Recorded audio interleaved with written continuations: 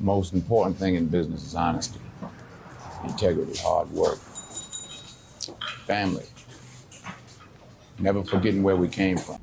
Welcome to the Network Show. I'm your host, Lawrence Wingate. And I'm your host, Nancy White. And today we have with us Chris Vaughan, Chief Knowledge Advisor. That's right. Yes. Thank you guys. Thank you, Lawrence and Nancy, for having me. Oh, we're so grateful you're here. Chris, and you and I have known each other for years. Yes. And it has been amazing to see how you have grown just since the first time I have known you.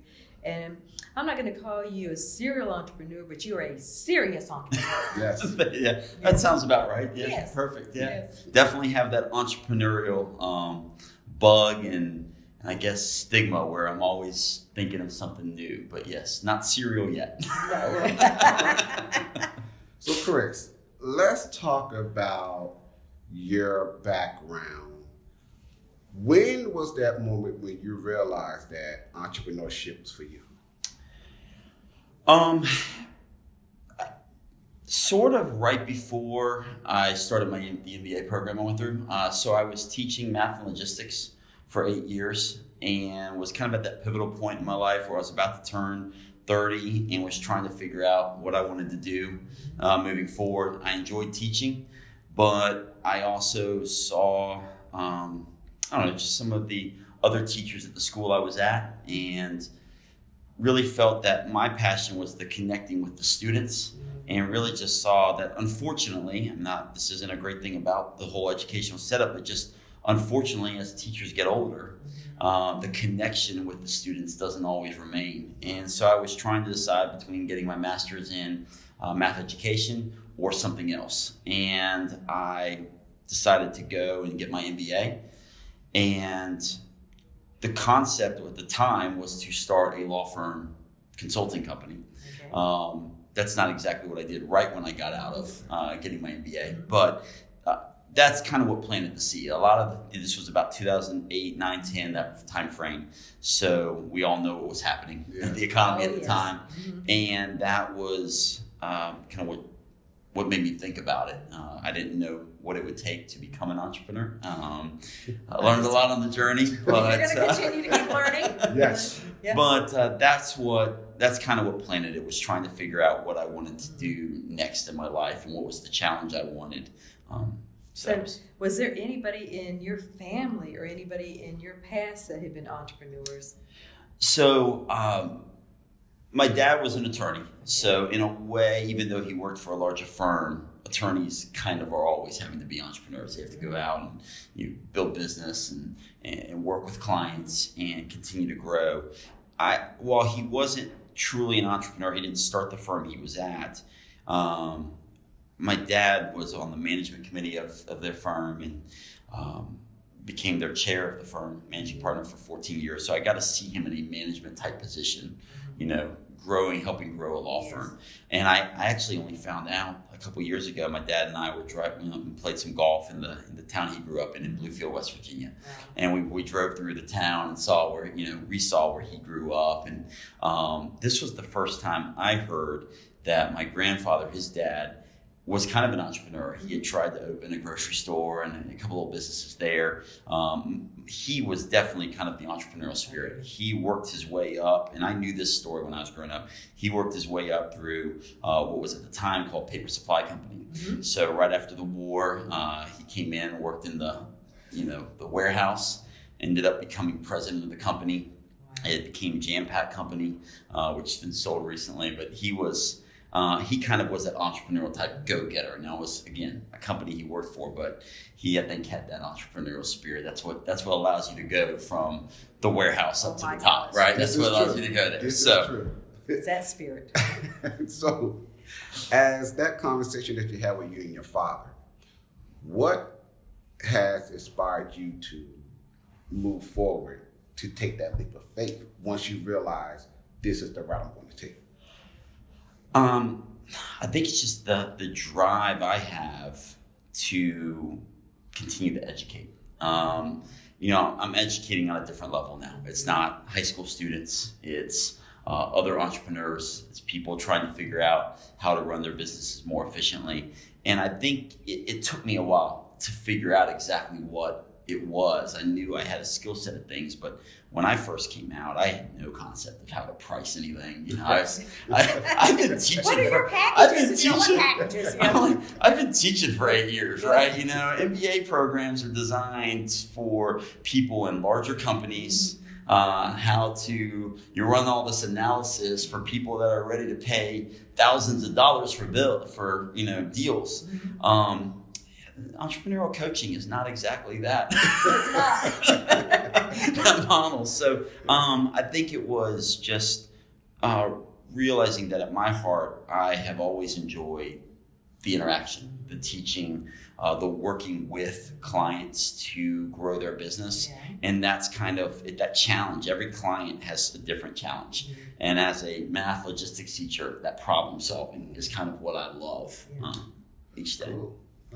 So looking back over this journey, and it's been a journey, and it'll continue to be a journey, Chris, what would be one thing that you would absolutely tell people to never ever do that you did? But before you answer, All right. we're going to go to commercial. All right. Sounds good. So stay tuned and sit on the edge of your seat, because when we come back, Chris is going to share with you what you should never ever do that he did. Be right back. Hey there, my name is Chris Vaughan, and I'm the managing director of the EBOSS Group. EBOSS is an acronym, and it stands for exactly what we believe, that every business offers something special. That includes your business.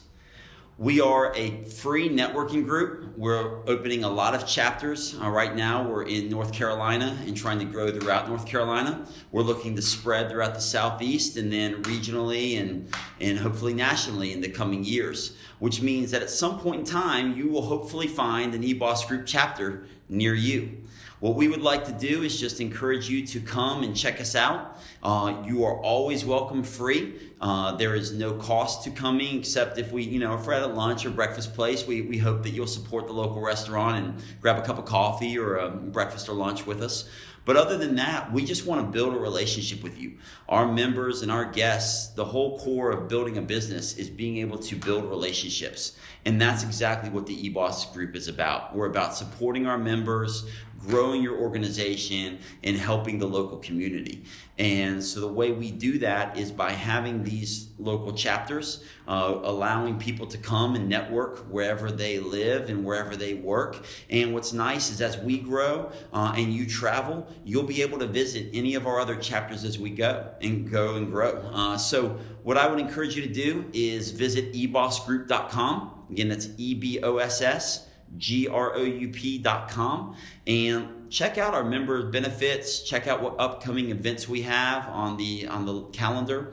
And if you're interested in starting a chapter in your area or want to find out when we're looking to expand into your region, please just send us a message. Give us a call, email us. We're happy to talk to people. We're looking to grow throughout, as I said, the Southeast and then across the country. So no matter where you are, we are going to be interested in talking to you if you're interested in networking and growing your business. Welcome back to the Network Show. I'm your host, Lawrence Wingate. And I'm your host, Nancy White. And today we have Chris Vaughan, the Chief Knowledge Advisor. And before we left for our commercial break, we asked Chris a question that I'm sure every single one of you want to know the answer to. So Chris, looking back over your journey, what is something that you would never ever do again that you would suggest that someone else probably not do? That's a great question. And as an entrepreneur and an educator, my thing is we make mistakes, but I never view anything as a mistake. I've learned from everything that's happened, and it's made me into the entrepreneur and the person that I am. But I would say probably the biggest, if you want to say, blunder I had, and it actually helped me more than it hurt me, but it was to not fully value the networking part of a business and the relationship of it. So when I first launched Firm Transitions in 2011, going into 2012, I had created a group around me called the Firm Transitions Network, and it was a series of entrepreneurs who all had specific focuses, and their businesses were part of the team that I brought into law firms for the solutions we provided. And unfortunately, as we all experience every so often, you get burned by a couple of people. And a couple of those members kind of burned me through some clients in the way that they handled the project for a client. And it led me to thinking I needed to figure out internally how to solve every problem. So not maybe me personally, but we had to do it as us as opposed to working with other people. And it led me down the path of starting a bookkeeping division. We had our marketing division, an IT support division, a part of a staffing company. I mean, we literally handled everything so that I could make sure that it didn't happen again. So you were like overseeing, and you had a closer relationship and knowing really what was going on. Correct. Yes. Yeah, and it was, one, I learned a bunch through it. I mean, I learned more than the average person knows about bookkeeping, staffing, IT, marketing, right? I mean, like, I know a lot in those areas. Yeah. And so that was the benefit. Most people probably wouldn't get that same approach. But for me, what I learned out of it is because I had my hand in so many things, nobody really wanted to network, right? You know, bookkeepers, people that were in other industries were worried that if they referred a website to us or a digital marketing thing, that client would then find out we did a service similar to what they did. Yeah. And it really hurt our growth potential. And that was great. We had some really good clients for a couple of years that we were doing this and running the whole back office. But I realized the hard way how hard it was to scale trying to do something like that unless you just have bukus of capital right behind you, right? Yeah. So, you sit here and think you can go and become, real quickly, one of those huge firms that does everything, right? But they have a lot of capital back then when they started up. And so to try to do that from the ground up by just bringing clients in, that was really hard. But it taught me a valuable lesson on the importance of networking, knowing what your strengths are, kind of getting tuned into those strengths and using those to help your clients the best. And I got rid of a lot of the headache stuff, which was great. So I'm back and really enjoying what I'm doing because of that. Yeah. So it was good. But it made me a lot better at knowing what to ask when I talk to people in financial fields, right? So when I refer someone, I'm referring someone that knows what they're talking about because I know enough in most of those fields to know who's telling me the truth and who's not, which is good. So therefore, what you're saying is that you still could get things done, but you don't necessarily have to do it by yourself. Right. Okay. Yeah. Stay. I learned the hard way. Stay in your lane. Right. Stay in your lane. Stay in your lane. That is fantastic. Look, you have. So let's talk about what's next for Chris Vaughan. Yeah. So I've gotten into a lot more speaking, working with clients and companies, providing training for them in the cloud-based application technology world. So that's been a lot of fun, kind of growing that part of my business. Technology. I have. So I've enjoyed that, and that led me to kind of, I guess, going off of what I told you, the hard lesson I learned was, and I took that company that I had formed in 2014, which became the back office of everything, and this year turned it into a networking group. So basically took EBOSS Group and realized that there was a better acronym that EBOSS could stand for, and it's every business offers something special. All right. And so that's exactly what I believe. We can all work together. As I told you, I learned it the hard way, but I understand now that if we all figure out how to work together, there's enough business if we learn how to collaborate and build relationships. Absolutely. And so it's a non-industry exclusive group. So the whole concept is meeting people, building relationships, finding that something special about each business so that even people that are in the same space can figure out how they can collaborate and work together. Absolutely. So, that is an awesome concept, and I think it's a concept. It's awesome that you're doing it because I know your background and I know why you do it. But it's a concept that everybody should be doing, especially if you're an entrepreneur, is working together in collaboration. And, because it doesn't make sense to grow by yourself when you can grow with many people. That's right. And I think EBOSS is one of the network group that gets it. Yeah, I thank you. I appreciate it. We spent a lot of time going around, visiting different groups, talking to people that were in groups, and trying to find out what they liked and what they didn't like. And, I can't say that every meeting is so novel that it's different than any other group you've been to, right? There's certain structures that when you have an hour and a half time slot, you just kind of have to do certain things to fit within the group. But I think the backbone of what we're trying to do, the way we're trying to connect people, the way we're trying to build relationships. I was talking to someone just the other day, and they were asking me kind of what was different about it. And I said, we're trying to basically be the regionals and the nationals' biggest free networking group you can find. How can you create a free structure? Right? And so, it's all of our group meetings are free to guests. We have no guest limitations. So if someone wants to just come to a group and visit, and then visit again, and visit again, and visit, they can. We want to welcome them all the time. God put us on this earth to work and cultivate and build relationships. And there is, if a space is willing to give us their space for free, I'm not going to charge someone to show up and meet somebody, right?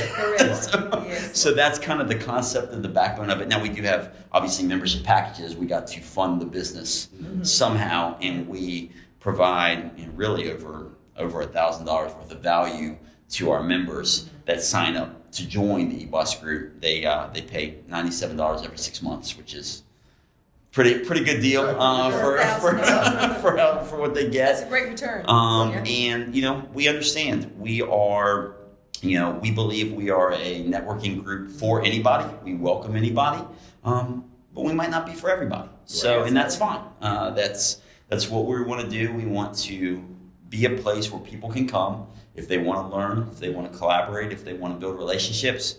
Come to one of our sessions, come to a group meeting. If they, don't feel it's the right fit, it's okay, don't come back. We're okay with that. There might be another group that's better for them. And that's great because when Lawrence and I were doing some preliminaries research for this show, one of the things that we talked about with a lot of different groups here was, do you feel like there should be more collaboration between groups? And every single person answered yes.